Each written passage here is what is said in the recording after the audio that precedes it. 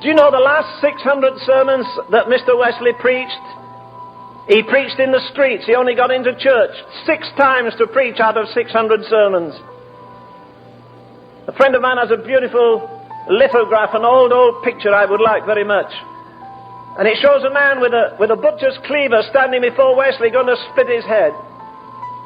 It shows a man with a pitchfork behind him. It shows a man in a tree with a trumpet blasting. They didn't want to hear him. He had to stand on his father's tomb to preach.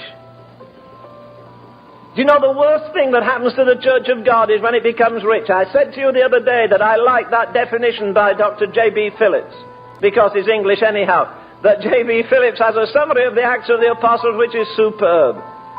He sees the whole of the Acts of the Apostles throbbing with life. Why? Because the love of God was shed abroad in their hearts. And J.B. Phillips sums up the early church in the Acts of the Apostles like this. He says, this is the church of Jesus Christ before it became fat and short of breath by prosperity. This is the church of Jesus Christ before it became muscle-bound by over-organization.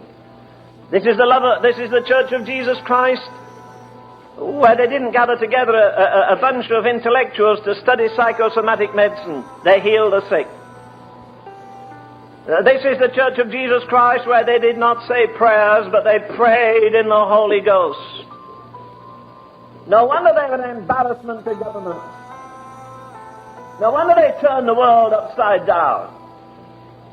They didn't live in the lush, smooth, comfortable atmosphere we're in.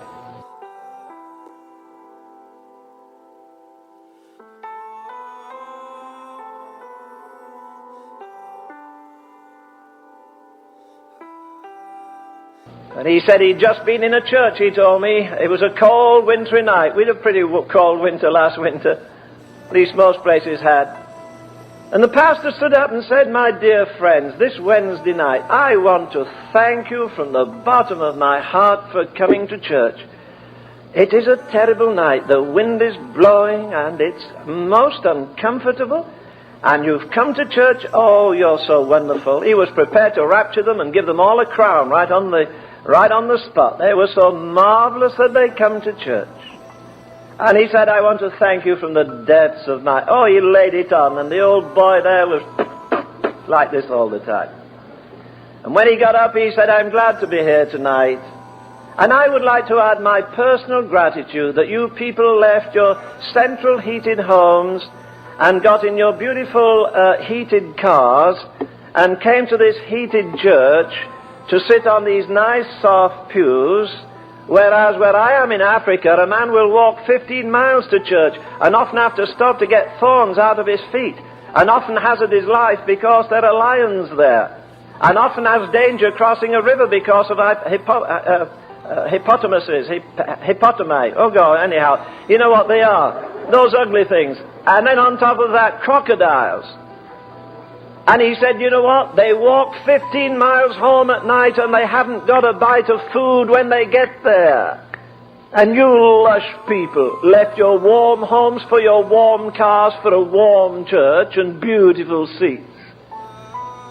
He said, I'm going to preach, but I'll have to go and throw up first. You'll make me sick. Well, maybe that's a bit of it. No, it's not exaggeration. That actually happens. But you see, the softer you get, oh, aren't we wonderful? I sometimes wonder what will happen when persecution really does come. How many of us will stand the test? Have we got what it takes? You can't love theology, you can't love a creed, you can only love a living person who is Jesus Christ.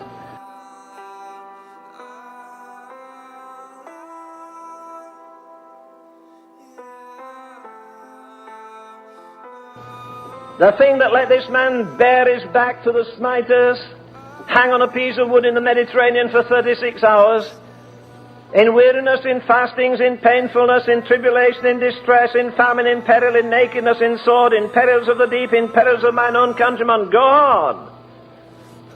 And he exhausts everything the devil can shoot at him.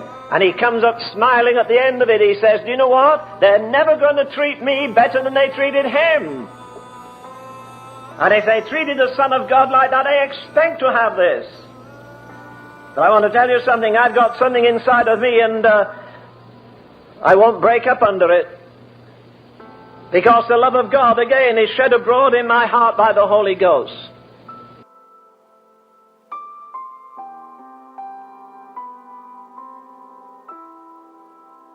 Choosing rather to suffer affliction.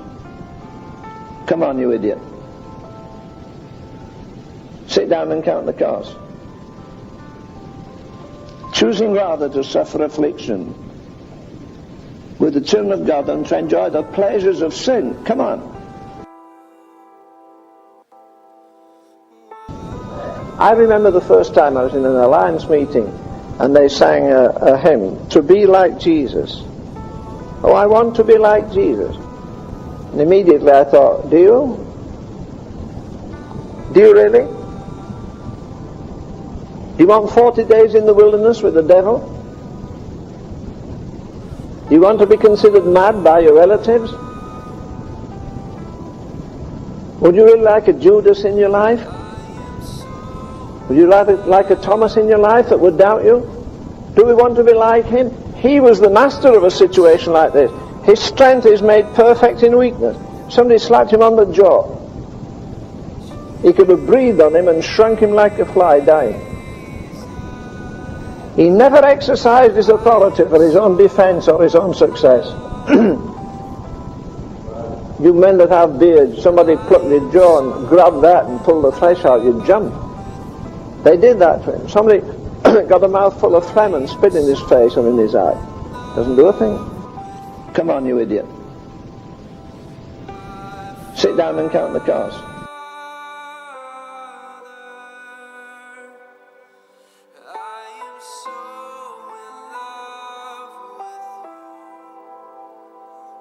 I sometimes wonder what will happen when persecution really does come. How many of us will stand the test? Have we got what it takes? You can't love theology, you can't love a creed, you can only love a living person who is Jesus Christ.